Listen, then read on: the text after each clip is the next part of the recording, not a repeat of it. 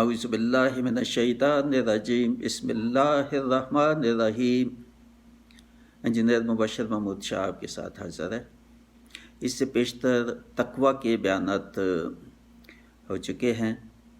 تو آج ایک نیا مضمون جو کہ غالباً سب سے اہم ہے، بہت ہی بے حد اہم موضوع، تو اسی لیے اس میں مجھے وقت بھی بہت زیادہ لگا۔ اس کی سوچ بچار اور اس کی آیات کا تجزیہ کرنے میں یقیناً پورے بہت حد تک، یعنی بہت آیات کا مطالعہ کرنا پڑتا ہے اور تفاسیر کا مطالعہ کرنا پڑتا ہے۔ تو ویسے تو یہ میں لکھتا رہتا تھا، یہ آیات جو بھی ہیں متعلقہ کافی 3-4 سالوں سے اپنے نوٹ بک میں، تو انہی کو کنسالیڈیٹ کیا ہے۔ تو ابھی اللہ تعالیٰ توفیق دی کہ یہ اس مضمون پہ بات کی جائے۔ وہ مضمون کیا ہے؟ اب آپ انتظار میں ہوں گے کہ مضمون کیا ہے۔ وہ مضمون ہے کہ انسان کی خود کی تخلیق اللہ تعالیٰ نے کیوں کی، کہ مقصد تھا۔ کیوں تو نہیں کہہ سکتے، کیوں اس لیے نہیں کہ اللہ تعالیٰ خالق جو مرضی وہ تخلیق کرے کوئی چیز، اس کو کوئی سوال یہ نہیں کہہ سکتا کیوں کی، مگر یہ ہو سکتا ہے کہ جی کیا مقصد ہے، اور وہ بھی مقصد جو اللہ تعالیٰ نے قرآن مجید میں بتائے یا حدیث میں بتائے، تو وہی مقاصد انہی کا تجزیہ ہے۔ کیوں کا تو سوال نہیں پیدا ہوتا، اللہ جو چاہے وہ کہتا ہے میں جو چاہوں میں بناؤں، کوئی اس کو پوچھنے والا نہیں ہے۔ تو مگر مقصد کیا ہے اللہ تعالیٰ، یا مقاصد کیا ہے اللہ تعالیٰ نے انسان کو تخلیق کیا؟ تو اس سلسلے میں قرآن پاک کی ہی بہت آیات ہیں جن میں چند ایک تو ہیں جن میں بڑا ڈائریکٹ ہے ذکر، اور پھر کچھ اور ہیں جن میں پھر انڈائریکٹ طریقے سے اللہ تعالیٰ نے بتایا کہ اس نے تخلیق کیوں کیا۔ تو اس پہ یہ احادیث میں بھی، احادیث کی کتب میں بھی بے شمار جگہوں پہ ہے ان کا ذکر، ہے کہ انسان کی تخلیق کا ذکر تو بہت جگہوں پہ ہے، مگر تخلیق کے مقاصد کا بڑا اسپیسیفکلی کہیں مینشن ہے۔ وہ چاندی کی آیات ہیں جس میں اسپیسیفکلی مینشن کیا کہ مقصد کیا ہے انسان کو خلق کرنے کا۔ تو اللہ تعالیٰ نے کہا کہ میں نے کسی بھی چیز، کوئی بھی چیز اللہ تعالیٰ نے کہا ہے میں نے حق کے ساتھ پیدا کی ہے، اور تدبیر اور حکمت میری ہے جو میں پیدا کی ہے، بغیر حکمت کے تدبیر کے کوئی چیز نہیں پیدا کی۔ خاص طور پہ پھر جب انسان آسن تخلیق جو اللہ تعالیٰ کی ہے، تو اس میں ظاہر ہے اس کی حکمت بھی آسن ہوگی، بہت بڑی تدبیر۔ تو اس سلسلے میں پہلی جو آیت ہے وہ ہے کہ سورۃ الحجر جو ہے وہ پہلی آیت ہے جس میں کچھ مضمون جو ہے اس کا شروع ہوتا ہے کہ مقصد کیا تھا اللہ تعالیٰ کے ذہن میں، اللہ تعالیٰ کے تدبیر میں۔ تو یہ آیت الحجر کی ہے، 85 میں ہے، اور پھر 86 اس کا تسلسل ہے۔ تو 85 میں یہ فرمایا وَمَا خَلَقْتَ السَّمَاوَاتِ وَالْأَرْضَ وَمَا بَيْنَهُمَا إِلَّا بِالْحَقِّ وَإِنَّ السَّاعَةَ لَآتِيَةٌ فَاصْفَحِ الصَّفْحَ الْجَمِيلَ۔ اس کا ترجمہ، اور نہیں پیدا فرمایا ہم نے آسمانوں اور زمین کو اور اس کو جو بھی ان کے درمیان یا ان کے بیچ ہے، مگر با مقصد، یعنی وہی جو میں نے با مقصد، بے تدبیر، با مقصد نہیں بنایا کسی بھی چیز کو۔ خاص طور پہ یا یہ زمین اور آسمان اور ان کا ذکر کیا، تو جو بھی اس کے بیچ میں، یعنی انسان بھی بیچ میں ہی ہے، بہت ہی اہم، بلکہ یہ جو ہے اس میں انسان بھی آ رہا ہے، تو تخلیق کیا۔ اور جان لو کہ فیصلہ کی گھڑی ضرور آ کر رہے گی۔ یہ تو انسان کو ہی کہہ رہا ہے، یہ آسمان زمین اور ان کو تو نہیں کہہ رہا نا۔ تو یہ تو صرف یہ ہے کہ اللہ تعالیٰ نے یہ آسمان اور زمین اور ہر چیز جو اس بیچ میں ہے، اور جو اہم جہاں موضوع ہے وہ انسان کا ہی ہے، کہ انسان کو پیدا کیا، اور پھر انسان کو ہی تنبیہ بھی ہے کہ دنیا کی زندگی ختم ہو جائے گی اور پھر آخر فیصلہ کی بھی گھڑی آئے گی، تو اس لیے پیدا تو کیا ہے، مگر اب وہ کرنا ہے جو میں حکم دے رہا ہوں، اور میرے احکام پہ چلنا ہے۔ سو درگزر کرو تم ان سے اچھے انداز میں۔ تو یہ نبی پاک صلی اللہ علیہ وسلم یا سب کو کہ اچھے انداز سے درگزر کرو کافروں کی بات. تو نبی پاک صلی اللہ علیہ وسلم بہت جگہ ان پہ کہا کہ یہ کفار جو کچھ کہہ رہے ہیں، مکہ کا جو دور تھا مکی زندگی کا، کہ کفار کی سختیوں کو برداشت کرو اور صبر کرو اور اچھے انداز سے ان کو جو ہے نا اب بیان کرتے رہو اپنا پیغام، اور ان کو یہ بھی تنبیہ کرو کفار کو کہ فیصلہ کی گھڑی آنے والی ہے، آئے گی فیصلہ کی گھڑی. جب فیصلہ ہو جائے گا کہ تم صحیح ہو یا ہم صحیح ہیں، یا آخرت کا فیصلہ بھی ہے اس میں، فیصلہ کی گھڑی، یا یہ بھی فیصلہ کہ جی اب فیصلہ ہو جائے گا کہ تمہارے اور میرے درمیان بھی کہ کون ٹھیک ہے کون ٹھیک کہہ رہا ہے. تو بہت اہم آیت یہ بھی انسان کی تخلیق کے سلسلے میں، اور پھر آگے کفار کو جو ہے ان کو تنبیہ بھی کہ فیصلے کی گھڑی کا انتظار کرو. تو اس کے بعد والی آیت جو 86 وہ بھی اسی کے تسلسل میں ہے. ان ربک هو الخلاق العلیم وَلَقَدْ آتَيْنَا سَبْعًا مِنَ الْمَثَانِي وَالْقُرْآنِ الْعَظِيمِ. یہ تو 86 اور 87 بھی بہت اہم ہے. اس کے بعد والی آیت میں نے پڑھ دی. 86 میں یہ کہا کہ وہ اتنی ہی ہے، ان ربک هو الخلاق العلیم، بے شک تیرا رب ہی ہے بہت اچھا خلق کرنے والا، بڑا سب سے بڑا خالق اور سب کچھ جاننے والا، ہر چیز اس کے علم میں ہے اور بہت اچھا وہ تخلیق کرنے والا ہے. یعنی اوپر تخلیق اور انسان کی بھی تخلیق میں سب ہے، تو اللہ تعالیٰ بہت اچھا وہ تخلیق کرنے والا ہے سب سے زیادہ، اور ہر چیز جانتا ہے وہ کیا تخلیق کر رہا ہے، کیوں کر رہا ہے، ہر چیز اس کے علم میں ہے. اور اس کے آگے والی آیت بھی بہرحال وہ بہت اہم ہے. یہ 87 جو ہے تو وہ ہے، اور یقیناً عطا کی ہے ہم نے تم کو 7 آیات بار بار دہرائی جانے والی، اور قرآن یہ بھی آگے تسلسل یہ بھی بہت متعلقہ ہی ہے. قرآن جو ہے اس کو بتایا کہ انسان کی تخلیق کا بتایا، اور جو کچھ آسمان اور زمین انسان کی تخلیق، اور میں بہت اچھا بہت ہی سب سے اعلیٰ خلق کرنے والا ہوں، خلق کرنے والا ہوں، اور یا سب سے بہترین خالق ہوں. خالق تو ہے ہی وہی. تو دوسرا اب یہ بتایا کہ میں وہ دے رہا ہوں چیز، یقیناً عطا وہ چیز کر رہا ہوں جو جس میں 7 آیات ہیں اور وہ بار بار دہرائی جانے والی، اور یہ قرآن عظیم بھی، یہ قرآن عطا کیا انسانوں کو، اور قرآن عظیم عطا کیا، مگر ایک 7 آیات والی جو صورت ہے جس کو عموماً یہی سمجھا گیا ہے کہ سورہ فاتحہ، یہ سورہ فاتحہ ساتھ ہی آ گیا انسان کی تخلیق، اور پھر سورہ فاتحہ اور قرآن کی عظمت کا، کہ یہ ہے قرآن جس پہ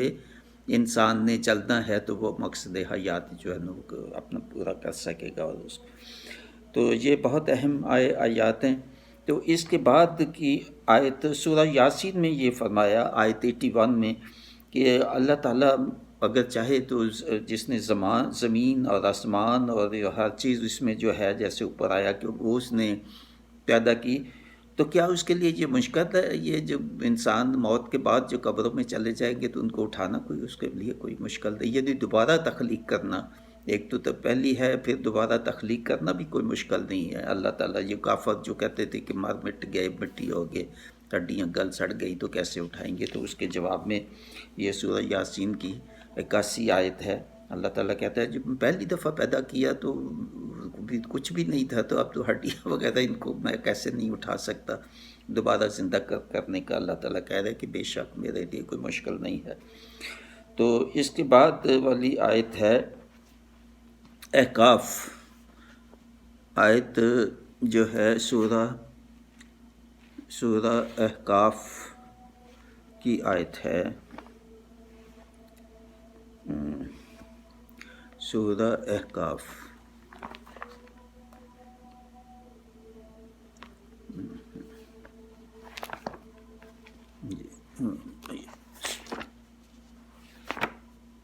سورہ احقاف کی آیت 2 بہت اہم ہے. یہ وما خلقنا السماوات والارض وما بینہما الا بالحق واجل مسمى والذین کفروا اما انذروا موردون۔ اس کا ترجمہ یہ ہے، نہیں پیدا فرمایا ہم نے آسمانوں کو اور زمین کو اور ان چیزوں کو جو ان دونوں کے درمیان ہے مگر برحق یعنی مقصد کے تحت۔ کوئی مقصد ہے جو بنانے کا، ویسے بے مقصد نہیں پیدا کی ہر ایک چیز، اور خاص طور پہ جو اب انسان کی تخلیق کا ہو رہا ہے تو انسان کو بے مقصد نہیں پیدا کیا، اس کا مقصد ہے۔ سمجھنے کی کوشش کرو قرآن سے یا حدیث سے، نبی پاک صلی اللہ علیہ وسلم نے کیا اس کا فرمان ہے کہ انسان کو تخلیق کرنے کا اللہ تعالیٰ کا کیا مقصد تھا، اور ایک وقت مقرر کے لیے۔ تو تخلیق بھی اس کے فکس ٹائم ہے ہر ایک انسان کے لیے، اور سب کے لیے ایک جیسا نہیں ہے۔ کوئی اللہ تعالیٰ کہتا ہے کسی کو جلدی اٹھا لوں گا، کسی کو درمیانی عمر دوں گا، کسی کو آخری عمر تک۔ تو لیکن وہ لوگ جنہوں نے انکار کر دیا ماننے سے اس حقیقت کے جس سے انہیں ڈرایا جا رہا ہے، وہ منہ موڑے ہوئے ہیں۔ تو ایک حقیقت تک، ایک وقت تک تو ہے زندگی، تو اس کے بعد ان کو دوبارہ اٹھایا جائے گا جس سے وہ انکار کر رہے ہیں۔ یہ کفار کو تنبیہ ہے، یا ساتھ کوئی جس کے دل میں بہت پختہ یقین نہیں ہے کہ اٹھائے جائیں گے اور حساب ہوگا۔ مانتے تو بہت سبھی ہیں، مگر کیا دل میں اتنا ہی ہے، یقین اتنا ہی ہے جتنا کہ ہونا چاہیے؟ جتنا موت کا یقین ہے کہ موت تو لازمی آئے گی، کب آئے گی نہیں معلوم، موت تو لازمی آئے گی، اتنا ہی یقین اگر ہو جائے کہ موت کے بعد اٹھائی بھی جائیں گے اور حساب ہوگا، تو شاید ہماری سب کی زندگیاں بہت مختلف ہوں۔ تو بہت اہم آیت ہے، اس میں تخلیق کا بھی ہے، سب چیز انسان کے سمیت با مقصد، کسی مقصد اور تدبیر کے مطابق، حکمت کے مطابق بنائی، اور اللہ تعالیٰ تنبیہ بھی کر رہا ہے کہ یہ زندگی تو ہے مگر کچھ وقت کے لیے ہے، اس وقت کے بعد آپ کو موت آنی ہے، موت کے بعد آپ اٹھائے بھی جاؤ گے جس سے آپ منہ موڑتے ہو، اور اکثر اوقات یہی ہے ہماری کیفیت، ہم منہ موڑتے ہیں موت کا، اور موت کے بعد کا حساب کا وہ جو آیات بھی ہیں یا صورتیں بھی ہیں اوائڈ کرتے ہیں، ڈر آتا ہے مگر اوائڈ کرتے ہیں۔ بھئی اوائڈ کرنے سے نہیں ہوگا مسئلہ، وہ تو بہت سنیں ان کو، یہ سورہ قیامہ ہے یا سورہ یاسین ہے یا سورہ واقعہ ہے، یا جن میں قیامت کا ذکر ہے، قیامت کے بعد کا ذکر ہے، وہ تو بہت سننی چاہیے۔ تو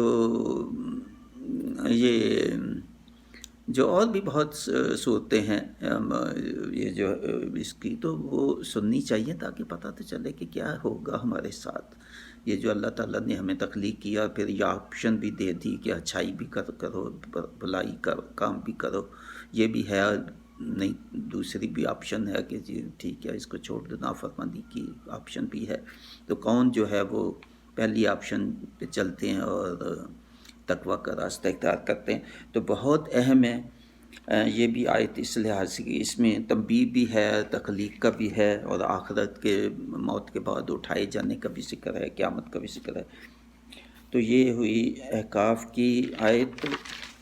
اور اس کے بعد سورہ 3 جو ہے بہت اہم ہے، اس کی بھی سورہ 3 پوری کی پوری جو ہے وہ بہت اہم ہے، ساری آیات، مگر یہ اس لیے میں نے کہا کہ 1 سے 6 آیات، یعنی سورہ 3 کی ساری جو ہے تقریباً اب پوری ہی پڑھیں، 8 تو ہیں اس کی آیات، مگر خاص طور پہلی 6 آیات جو ہے میں اس کا ترجمہ ہی بیان کرتا ہوں۔ قسم ہے انجیر اور زیتون کی اور طور سینا کی، یا اللہ تعالیٰ قسمیں اٹھا کے جو بہت اہم ہے اللہ تعالیٰ کے نزدیک، اس کی مخلوق اور اس میں غذا کی باتیں ہوں، یا طور سینا جو ہے اس کی بہت اہمیت، موسیٰ علیہ السلام کو جہاں کتاب عطا کی اور خطاب کیا، اور اس شہر امن والے کی، مکہ شریف کی جو ہے امن والا شہر، جس کو حضرت ابراہیم علیہ السلام نے دعا کی کہ یہ شہر پہ امن رہے، تو اس شہر کی قسم، اور بلا شبہ پیدا کیا ہے ہم نے انسان کو بہترین سا، یعنی یہ بہت اہم ہے یہ آیت، لقد خلقنا الانسان فی احسن تقویم، یہ 4 نمبر آیت ہے۔ باقی آیات جو ہیں وہ تسلسل کے لیے ہیں، اس سے پہلے اور اس کے بعد والی، کہ کتنی اس آیت کی اہمیت ہے کہ اللہ تعالیٰ 3 قسمیں اٹھا کے، بلکہ 4 قسمیں اٹھا کے، تو اللہ تعالیٰ کہہ رہا ہے کہ ہاں 4 قسمیں تو اللہ تعالیٰ کہہ رہا ہے لقد خلقنا الانسان فی احسن تقویم، بہترین شکل، ہر صورت شکل، کوئی بھی اس کی کیفیت دیکھ لیں انسان کی اور اس کی صلاحیتیں دیکھ لیں، باقی کسی سے بھی مقابلہ نہیں ہو سکتا، سب سے بہتر، سب سے آسن ہے۔ چلنا پھرنا دیکھ لے، اس کی سوچ سمجھ، اس کی عقل، اس کا استعمال، اس کا ذہن، اور ہر لحاظ سے تخلیق ہر باقی مخلوق سے اس سے بہتر ہے۔ تو اللہ تعالیٰ یہی کہہ رہا ہے کہ آسن تخلیق کیا میں نے، ہر لحاظ سے بہترین ساخت اس کی بنائی انسان کی، تو بہترین تو بنا دی، مگر انسان کو اس کا جو ہے اس کو خیال رکھتے ہوئے اس کو بھی چاہیے وہ بہترین اخلاق جو ہے، بہترین جو ہے اعمال اور اخلاق اور صالحات اور مضبوط ایمان، جو وہ بھی پھر اس کا تقاضا کرتا ہے۔ جس کو اتنا اونچا مقام دیا اللہ تعالیٰ نے، تو تقاضا بھی اللہ تعالیٰ کا پھر ویسا ہی ہے کہ وہ تقوی اختیار کرے، اچھے اعمال ہوں اس کے۔ تو آگے پھر اس نے پھر ہے ثم رددناہ اسفل السافلین، پھر پھینک دیا ہم نے اس کو سب نیچوں کے نیچے، یعنی یہ دو، ایک تو یہ ہے کہ اس کو اخلاق میں بھی اگر اچھے اخلاق جیسے میں نے پہلے کہا ہے تو وہ ہے تو بڑا بلند مقام ہے، تو اگر نافرمانی اور گمراہی میں پڑ جائے اور کفر میں پڑ جائے، ناشکری میں پڑ جائے، تو پھر یہ سب سے مخلوق جو ہے وہ سب سے نیچے اس کا درجہ ہے، یعنی حیوانوں سے بھی پھر بدتر ہے، یعنی لفظ تھوڑا منہ سے میرے نہیں نکل رہے اتنے سخت شدید، مگر یہی ہے کہ نیچے سے نیچے مخلوق جو ہے پھر اس کا برابر کر لیجیے۔ نافرمانی اور گمراہی اور اللہ تعالیٰ کی توحید کو نہ ماننا، شرک کرنا، جو بڑے بڑے بہت گناہوں میں جو انسان گم ہو جائے، اپنے آپ کو گم کر لے، نہ آخرت کا خیال، نہ حلال حرام کا خیال، نہ اللہ تعالیٰ کے جو بڑے بڑے احکام ہیں ان کا بھی نہیں کرنا، نہ اعمال ہے، نہ یقین ہے پختہ، تو ان کی بات ہو رہی ہے، پھر وہ سب سے نچلے درجے میں وہ ہیں۔ تو الا الذین، مگر وہ نہیں نچلے درجے میں، ان کا درجہ ان کا بہت مقام اونچا ہے۔ الا الذین آمنوا، میں نے بتا تو دیا ویسے، وہ عملوا الصالحات فلہم اجر غیر ممنون۔ اب یہ نچلے درجے والے اور اوپر درجے والے کون سے ہیں؟ وہ ہیں سوائے ان لوگوں کے جو ایمان لائے اور کیے انہوں نے نیک کام، سو ان کے لیے اجر ہے بے انتہا۔ صرف ایمان لانا کافی نہیں ہے، ایمان لا کے جنہوں نے اچھے نیک اعمال بھی کیے، دونوں چیزیں ساتھ ساتھ، یہ درجنوں دفعہ یہ جو ہے آتی ہے آیت الا الذین آمنوا وعملوا الصالحات، الا الذین آمنوا، اور دونوں ساتھ ساتھ ہیں، جڑے آتے ہیں، یہ جوٹا سمجھ لیں ان دونوں کو، کہ وہ لوگ جو ایمان لائے اور صالحات انہوں نے کی، اچھے اعمال کیے، یہ دونوں لازم ملزوم ہے۔ یہ نہ صالحات کافی ہے اچھے کام نیک کام کرنے، بغیر ایمان کے اللہ تعالیٰ کہتے ہیں ایمان بھی لاؤ اللہ تعالیٰ پہ، توحید پہ، اللہ تعالیٰ کو شرک نہ کرو، پیغمبر کی رسالت اور باقی جو ایمان کی 5 بنیادی جو ہیں ہمارے پلرز جو ہیں اسلام کے، ان کو، تو وہ ایمان کے بعد آخرت پہ ایمان، فرشتوں پہ ایمان وغیرہ، تو پھر صالحات، ان کے لیے بے حساب اجر ہے، بے انتہا ان کے لیے اجر ہے۔ یعنی دونوں بتا دیے کہ جو سب سے نچلے درجے میں چلے جائیں گے ان کا بھی بتا دیا کہ وہ کیوں جائیں گے، اور جو ایمان لائیں گے اور بہت اچھے اعمال بھی کریں گے تو ان کا اجر بھی بے حد اہم ہے۔ اور اس میں تخلیق کا بھی ہے کہ سب سے بہتر تخلیقی، اور پھر وہ لوگ سب ایک جیسے نہیں پھر رہیں گے، پھر 2 آپشنز جو دی انسان کو کہ اچھے اعمال بھی کر لو تو برے اعمال بھی کر لو، تو انسان کو بتا بھی دیا اچھے اعمال کیا ہیں، برے اعمال کیا ہیں، پھر اس پہ چھوڑ دیا وہ کیا چوز کرتا ہے، تو پھر دونوں کا انجام بھی بتا دیا کہ اچھے اعمال کا اور ایمان لانے کا اور نہ کرنے کا، تو دونوں کا انجام بتا دیا کہ وہ بھی پہلی جیسے آیات میں آیا کہ اٹھائے جائیں گے قیامت کے وقت، اور حساب ہوگا اور جزا اور سزا، اور اچھے اعمال والوں کا صلہ جنت، اور جو برے اعمال نافرمان تو ان کو دوزخ میں ڈالا جائے گا۔ تو یہ ہوئی آیت 3 کی جو آیات ہیں۔ تو اب پھر سورہ اعراف کی ہی آیت 189، سورہ اعراف کی آیت 189 آیت جو ہے اس میں یہ فرمایا،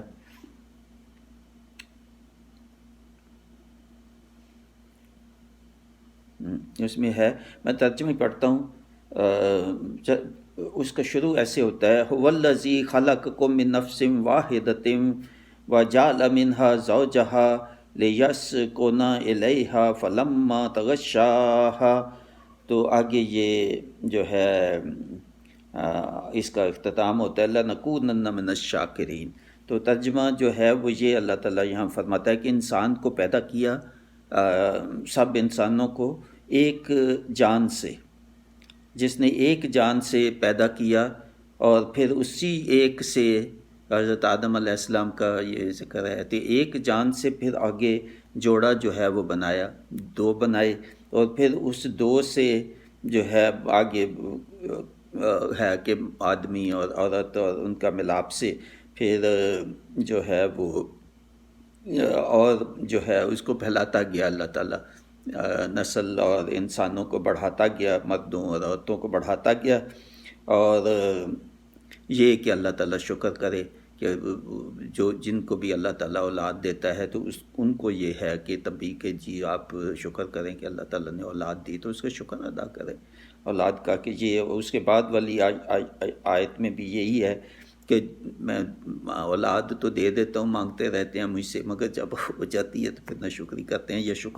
شکر نہ کرنا ناشکری ہے۔ میں بہت دفعہ کہہ چکا ہوں کہ شکر نہ کرنا بھی ناشکری ہے، یہ نہیں کہ ہم نے کون سی ناشکری کی، نہیں، شکر نہ کرنا ناشکری ہے۔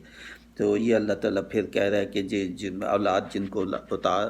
اولاد ہو یا کوئی بھی نعمت ہو، جب مانگتے رہتے ہیں مگر میں جب دے دیتا ہوں تو پھر شکر نہیں کرتے۔ اللہ تعالیٰ بہت جگہوں پہ شکوہ کرتا ہے کہ میری نعمتیں جو ہے جب میں چھین لیتا ہوں تو رونے پیٹنے بیٹھ جاتی ہیں، صبر اس میں نہیں ہوتا، ان کو آزمائش پہ پورا نہیں اترتے، اور جب دیتا ہوں تو شکر نہیں کرتے۔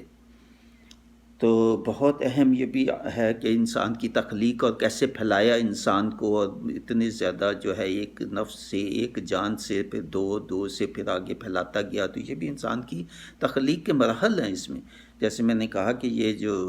ایپیسوڈ ہے، یہ ایپیسوڈ 01 ہے، اس جو ٹاپک جو انسان کی تخلیق اور تخلیق کے مراحل، یہ ہے ٹائٹل۔ تو اس میں یہ ایپیسوڈ 1 ہے، تو یہ بھی اس کے تخلیق کا ہی پروسیس ہے کہ کیسے ایک جان سے 2 اور 2 سے اللہ تعالیٰ پھیلاتا گیا، اور بتایا تفصیل میں کہ کیسے،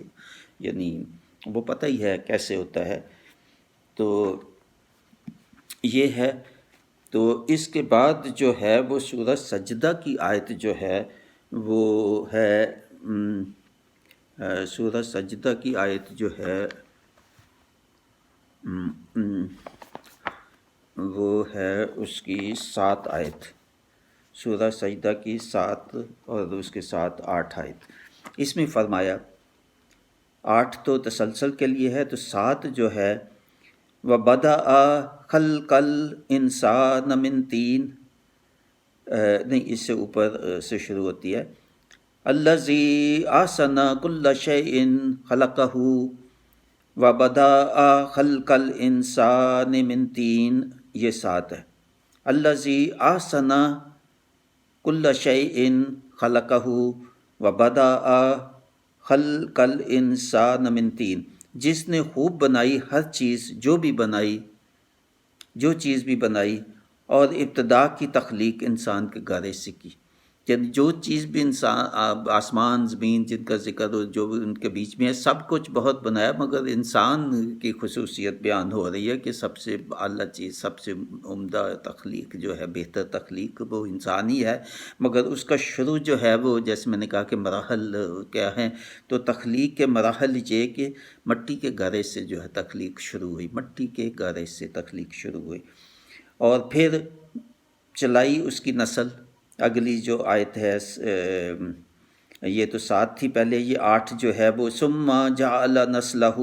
من سلالۃ من ماء مہین، پھر چلائی اس کی نسل حقیر پانی کی ملاوٹ سے یا ملنے سے. تو یہ جو ہے آگے نسل جو ہے وہ چلائی، وہی تخلیق کیسے ہوئی آگے انسان کی، اور کیسے 1 سے زیادہ، 2 سے زیادہ، کیسے اس کی آگے یہ آگے والی آیات میں بھی پھر وہی ہے کہ کیسے اس کو بنایا. پھر اس کی نوک پلک کی، انسان کی یہ جو ہے نوک پلک، یعنی اس کے اجزاء جو ہے اس کی ہے کہ کیسے ایک ایک کر کے کیسے بنایا، اور اس میں اپنی روح پھونکی. اور جگہوں پہ زیادہ تفصیل ہے کہ 7 مراحل ہیں اصل میں نے یہ کاؤنٹ کی ہے مختلف آیات کے جو ہے نا اس کی تجزیے سے. یہ بھی 7 مراحل ہیں. 7 کا ہندسہ جو ہے اس کی خاص میں اہمیت میں پہلے بتا چکا ہوں، ایپیسوڈ بھی کچھ مہینے پہلے اپلوڈ کیا تھا 1907. اور دیکھیں انسان کی تخلیق کے بھی 7 مراحل ہیں، سٹیجز. وہ آگے اگر آیت آئی تو اگلے ایپیسوڈ میں شاید آئے یا کہیں تو نہیں، تو میں الگ سے بتاؤں گا کہ اسی میں نے کاؤنٹ کی کہ اس کے 7 مراحل ہیں، کہ مٹی سے گارے سے شروع ہو کے تو آخر انسان کی پیدائش تک 7 مراحل ہیں اس کی. تو وہی اس میں بھی بات آ رہی ہے کہ پھر نوک پلک ٹھیک کی انسان کی، اور پھر اس کو جو ہے اس کو کان اور آنکھیں اور دماغ اور دل اور یہ دیے، اور پھر اللہ تعالیٰ نے اس میں روح پھونکی اپنی، اور اس کا سارا. مگر یہ سب اس لیے کہ شکر گزاری کرو. اللہ تعالیٰ نے صحت دی، آنکھیں دیں آپ کو، دماغ، دل، کان، یہ سب صلاحیتیں دیں، تو شکر ادا کرو آخر میں کہ تاکہ تم شکر کرو. تو یہ بھی بڑی اہم آیت سورہ سجدہ کی 7 اور 8 آیات، تخلیق اور تخلیق کے مراحل ہی ان میں بیان ہوئے. تو اچھا، یہ میں نے جو مضمون ویسے میں بتا رہا ہوں تقریباً کافی حد تک کوشش کی، تو جو میں نے لکھا ہے چلے وہ بھی میں بتا دیتا ہوں. سورہ 3 میں جو میں نے لکھا ہے اس کی تفسیر جو میں نے بیان کیا آپ کو، تو جو لکھا ہے وہ میں بتا دیتا ہوں. انجیر کی قسم اور زیتون کی اور طور سینی کی اور اس امن والے شہر مکہ شریف کی، ہم نے انسان کو بہت اچھی صورت میں پیدا کیا. لقد خلقنا الانسان فی احسن تقویم، یہ آیت چوتھی آیت ہے 4. پھر رفتہ رفتہ اس کی حالت کو بدل کر پست سے پست کر دیا، یہ 5 آیت. مگر وہ لوگ جو ایمان لائے اور نیک کام کرتے رہے ان کے لیے بے انتہا اجر ہے، یہ 6 آیت. سورہ کے آخر میں اللہ تعالیٰ نے پوچھا کہ کیا میں سب سے بڑا حاکم اور قدرت والا اور طاقت والا نہیں ہوں؟ یقیناً ہے، اس کا جواب دینا چاہیے. اللہ تعالیٰ نے کائنات کی تخلیق کے بعد فرشتوں کو نور سے پیدا کیا، یہ اور مختلف آیات میں اس کا ذکر آتا ہے. اور ان میں صرف نوری صفات، یعنی ہر وقت اللہ تعالیٰ کی بندگی کا جو ہے ان کے لیے مقرر کیا کہ وہ صرف ان کو ایک ہی کام ہے کہ اللہ تعالیٰ کی بندگی کرے اور اللہ تعالیٰ کی جو ہے حمد کرتے رہیں، بندگی کرتے رہیں، سجدہ کرتے رہیں. تو ان میں صرف ایک ہی یہی صفت ہے جو فرشتے ہیں. تو ان میں برائی یا گناہ کی صلاحیت ہی اللہ تعالیٰ نے نہیں رکھی. تو اس کی بعد جنات کی آگ سے، اس کے بعد پھر جنات کو بنایا. پہلے فرشتوں کو تخلیق کیا، پیدا کیا، پھر جنات کو آگ سے جو ہے نا اللہ تعالیٰ نے تخلیق کی ان کی، اور ان میں اطاعت کرنے کے ساتھ نیکی بدی کی صلاحیت بھی پیدا کی. ان میں بھی نیکی بدی کی صلاحیت ہے، مختلف نوعیت کی یقیناً ہوگی، ایسی نہیں جیسے انسان کی ہے، اور اس حد تک نہیں ہوگی جتنا انسان کو نیکی اور بدی اور دونوں کا بہت فرق واضح بتایا، اور شاید ویسے ہی ہو، مگر ہمارے پاس جتنی علم ہے ہم اتنا ہی کہہ سکتے ہیں. اور ایسے ہی دیگر بے شمار مخلوقات ایسی ہیں، حیوانات ہیں، مویشی ہیں، ہوا میں اڑنے والے پرندے اور زمین پر چلنے والی جو چیزیں ہیں اور سمندروں کی مخلوق وغیرہ، سب کو تخلیق کیا اللہ تعالیٰ نے. اور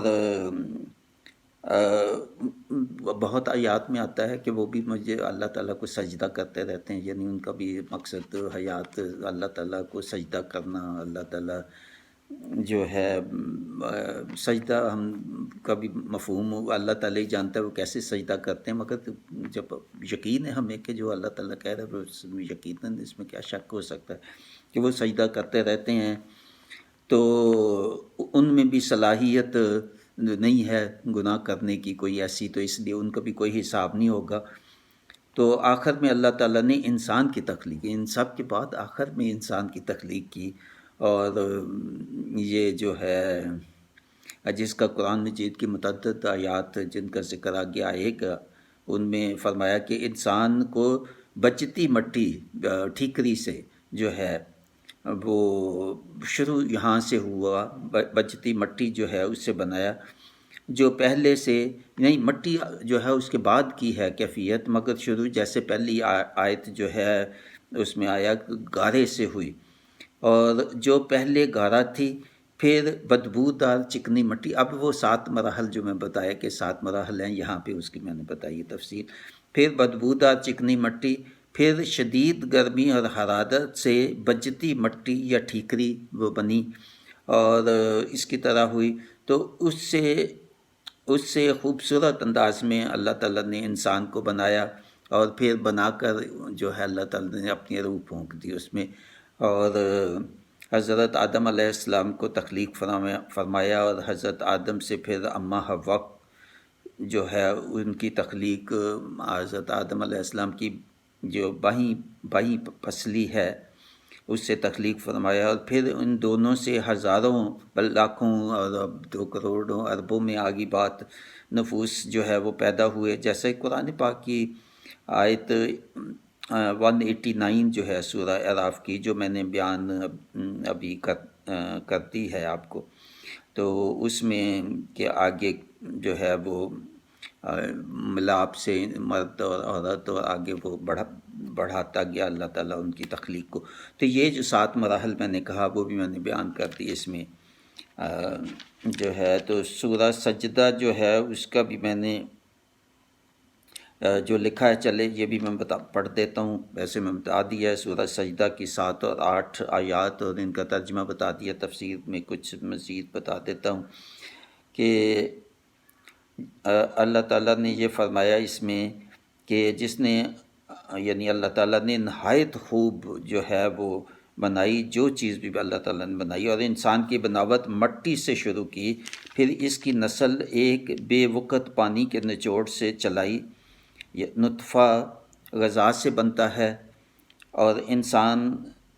جو ہے وہ غذا مٹی سے ہی حاصل کرتا ہے، یعنی انسان بھی جو ہے وہ غذا تو مٹی سے حاصل کرتا ہے، پھر انسان سے آگے انسان آدمی عورت کے ملاپ سے جو ہوتا ہے تو وہ مٹی سے ہی انسان غذا لیتا ہے، تو وہ مٹی سے ہی ہے، یعنی اس میں کوئی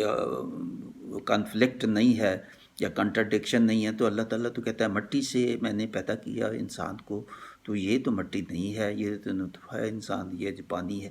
تو یہ انسان اور عورت غذا جو ہے وہ مٹی سے ہی شروع ہوتی ہے، مٹی سے ہی ہر چیز لیتی ہے غذا اپنی، تو پھر آگے انسان کو بنتا ہے، تو اس صورت میں وہ مٹی سے ہی ہے۔ تو اس نسبت سے بھی ہر انسان کی پیدائش مٹی سے ہی ہے۔ دوسری جگہ سورہ طٰ آیت 55 میں فرمایا کہ اس زمین سے ہم نے تمہیں پیدا کیا اور اس میں پھر واپس جو ہے تمہیں لوٹائیں گے، یعنی واپس لوٹائیں گے اسی زمین جس میں پیدا کیا، جس کے اوپر پیدا کیا، اور اسی سے پھر دوبارہ بھی اٹھائے جائیں گے اور تمہیں نکالے جائیں گے اسی میں سے۔ تو انسان اگر صاحب ایمان اور تقوی کے راستہ پر ہو تو وہ فرشتوں سے بھی افضل ہے، اور اسی لیے اللہ تعالیٰ نے حضرت آدم علیہ السلام کو پیدا کرنے کے بعد فرشتوں کو حکم دیا، تو سب فرشتوں نے سجدہ کیا مگر ابلیس نے انکار کیا، اور تکبر میں کہا کہ میں آدم سے افضل ہوں، کیونکہ مجھے آگ سے پیدا کیا اور آدم کو مٹی سے پیدا کیا، اس لیے میں افضل ہوں، سجدہ کرنے سے انکار کیا۔ تو اللہ تعالیٰ نے یہ بے حکمی پر اس کو اپنے عرش سے باہر پھینکا، اور وہ مردود اور نامراد ہوا، اور اللہ تعالیٰ نے اسے قیامت تک، بہرحال اس نے مہلت مانگی تو اللہ تعالیٰ نے قیامت تک مہلت دے دی، جو کہ اس اللہ تعالیٰ سے اس نے مہلت مانگی، تو اب یہ اس نے چیلنج کیا اللہ تعالیٰ کو کہ میں اب مہلت مجھے دے دی، تو اب یہ مہلت میں استعمال کروں گا، جو تم انسان بنا رہے ہو میں ان کو قدم قدم دائیں بائیں سامنے پیچھے ہر طرف سے میں آؤں گا اور ان کو گمراہ کروں گا، اور ان کو میں پوری کوشش میں کروں گا کہ یہ تمہارا جو اچھا راستہ ہے بھلائی کا نیکی کا وہ اس پہ نہ آئے، اور میرے ساتھ جو میں کہوں وہ کریں، اور گمراہی کا اور بدعمالیوں میں یہ شامل ہوں، اور جو میں کہوں گا وہ اس راستے پہ وہ چلے، میرے دوست بن کے چلیں گے، نہ کہ تمہارے حکموں پہ چلیں گے۔ تو اللہ تعالیٰ نے پھر فرمایا کہ ہاں تو جو مرضی کوشش کر لے، جو میرے خالص بندے ہوں گے، نیک بندے ہوں گے، تو ان کو تو نہیں گمراہ کر سکے گا، مگر اور بہتوں کو یعنی بہت زیادہ تعداد یہ ہوگی جو تمہارے پیچھے چل جائیں گے، تمہارے دوست بن جائیں گے،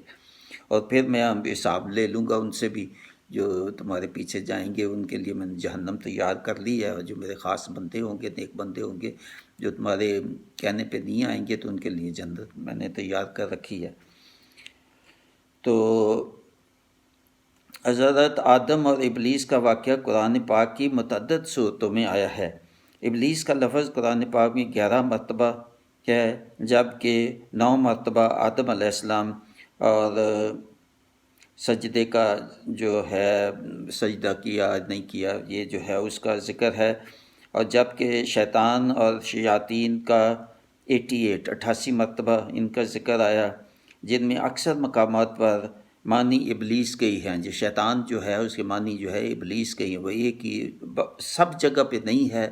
شیطان کے اور بھی مفہوم میں آتے ہیں، مگر بہت یہ جو 88 کا کہا ہے ان میں شیطان جو ہے اس کا مطلب ابلیس ہی ہے۔ ان آیات میں آدم اور ابلیس کے واقعہ کا ذکر آیا ہے۔ سورہ بقرہ کی آیت یہ جو آیات ہیں ان میں یہ ذکر ہے کہ واقعہ جو ہے حضرت آدم اور ابلیس، اور اس کو جو ہے وہ سجدہ نہیں کیا ابلیس نے، وہ سارا واقعہ تفصیل مختلف آیات میں ہے۔ تو یہ ہیں وہ آیات، سورہ بقرہ کی 34 آیت، الحجر کی آیت 30 سے 35، اور پھر 36 سے 38، اور پھر 39 سے 40 آیات یہ سورہ حجر کی ہے، اور پھر سورہ فاطر کی آیت 6، اور سورہ نحل کی جو آیات ہیں وہ 98 سے 100۔ اس کے علاوہ بھی اور دیگر بہت جو ہے وہ صورتوں اور آیات میں ابلیس اور حضرت آدم علیہ السلام کا بیان جو ہے وہ ہوا ہے۔ تو انسان کو خبردار کیا گیا کہ اس کا کہنا جو ہے وہ شیطان کا کہنا نہ ماننا اور نہ اس سے دوستی رکھنا۔ تو اب آخر میں بہت بہت اہم آیت ہے سورہ الذاریات کی۔ سورہ الذاریات کی آیت 56 بہت ہی جو ڈائریکٹ آیت ہے کہ اللہ تعالیٰ نے تخلیق انسان کو کیا، تو وہ ہے یہ 56۔ اس میں اللہ تعالیٰ نے فرمایا وَمَا خَلَقْتُ الْجِنَّ وَالْإِنسَ إِلَّا لِيَعْبُدُونَ، اور نہیں پیدا کیا میں نے جن و انس مگر اس غرض سے کہ میری عبادت کریں۔ تو یہاں عبادت کا کہا ایک مقصد جو ہے یہ بڑا واضح طور پہ، اور یہ اس سے زیادہ اور واضح آیت نہیں ہے، تو کہ عبادت کریں۔ اور یہ میں نے اس کا مضمون کا جو تفسیر لکھی ہے بہرحال وہ یہی ہے کہ عبادت کیا چیز ہے۔ عبادت کا تو کہہ دیا، یہ تو بالکل واضح ہو گیا، اس میں کوئی شک نہیں۔ اور انسان کی تخلیق کا مقصد سمجھنے کے لیے یہ آیت بے حد اہم ہے، کیونکہ اس میں اللہ تعالیٰ نے فرما دیا کہ انسان اور جن دونوں کو میں نے اپنی عبادت کے لیے خاص کر دیا، اور یہی ان دونوں کی تخلیق کا مقصد ہے کہ یہ صرف اللہ کی پرستش، پوجا اور اس کے ہر حکم کی تابعداری و اطاعت کرے۔ یہ ہے عبادت، پرستش، پوجا، اس کے ہر حکم کی تابعداری جو ہے یہ ہے عبادت اصل میں مکمل مفہوم۔ اور اللہ کو حاکم و مالک مانے اور خود کو اس کا غلام سمجھے، یہ بھی عبادت کا درجہ ہے۔ اللہ ہی غنی ہے، وہی سب کو مال و دولت و رزق عطا کرتے ہیں، انسان و جن اسی کے محتاج ہیں، وہی ان کو زندگی اور موت دیتا ہے۔ یہ سب چیزوں کا اقرار اور تسلیم اور دل سے، یہ عبادت کے ہی اجزاء ہیں۔ اور وہی موت دیتا ہے، وہی قیامت کے روز دوبارہ جو ہے وہ زندہ کرے گا، اس کا بھی ایمان جو ہے ہونا، یہ بھی عبادت ہے، اور زندہ کر کے ان کے اچھے برے اعمال کا حساب لے گا اور ان کے لیے جنت یا دوزخ کا فیصلہ پھر فرمائے گا اللہ تعالیٰ، کیونکہ پیدا تو کر دیا، پیدائش تو پھر آگے اس کا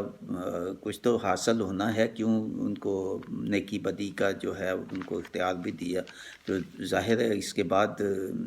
یہ جو اختیار دیا ہے اور پھر اس کا جو دونوں کو جو کسی کو سزا دینی کسی کو جزا دینی تو وہ ہے پھر آگے. تو یہ جو ہے آیت جو 56 ہے بے حد اہم ہے سورہ زاریات کی. اس کی مزید اور تشریح ہوگی جو کہ اور ایپیسوڈ جو ابھی آئیں گے، یہ تو ایپیسوڈ 1 ہے، ایپیسوڈ 2 میں ہوگی. تو یہاں تک مضمون جو ہے وہ اختتام ہوتا ہے. یہ ایپیسوڈ 1 اللہ تعالیٰ نے انسان کی تخلیق کے کیا مقاصد ہیں اور اس کے مراحل جو میں نے 7 بتائی ہے یہاں پہ کہ تخلیق کے مراحل ہے، تو یہاں ختم ہوتی ہے. تو اللہ تعالیٰ اور مزید سمجھنے کی کوشش ہر انسان کو کرنی چاہیے کہ تخلیق کیوں کی اور اس کے کیا مقاصد ہے، اور ان مقاصد کو بڑے اچھے انداز سے یہ سارے ایپیسوڈ سنیں جتنے بھی یہ آئیں گے، اس کے آگے سب سنیں گے تسلسل میں تو تبھی پورا سمجھ آئے گی. مضمون بہت اہم مضمون ہے، بہت اس سے زیادہ اہم کیا مضمون اور ہوگا. تو اسی سے آگے ہی نکلتی ہیں باقی چیزیں کہ کیا عبادات ہیں اور باقی جو احکام ہے اور انسان کو زندگی کیسے گزارنی چاہیے، زندگی کا پھر آگے مقصد کیا ہونا چاہیے وہ اس کے بعد. تو اس لیے بے حد اہم ہے. خود بھی سنیں، اپنی فیملی کو، دوست احباب سب کو آگے بھیجیں، فارورڈ کریں. سبسکرائب اگر نہیں کیا تو ابھی کریں تاکہ جب بھی مضمون اپلوڈ ہوں باقی ایپیسوڈز تو آپ فوری طور پہ آپ کو نوٹیفیکیشن سے آپ سن سکیں، اور بیل آئیکن کو کلک کرنا نہ بھولیں. تو جتنا بھی زیادہ سے زیادہ لوگوں کو بھیجیں گے صدقہ جاریہ آپ کو انشاءاللہ ثواب ہوگا. وما علینا الا البلاغ، مبشر مموت.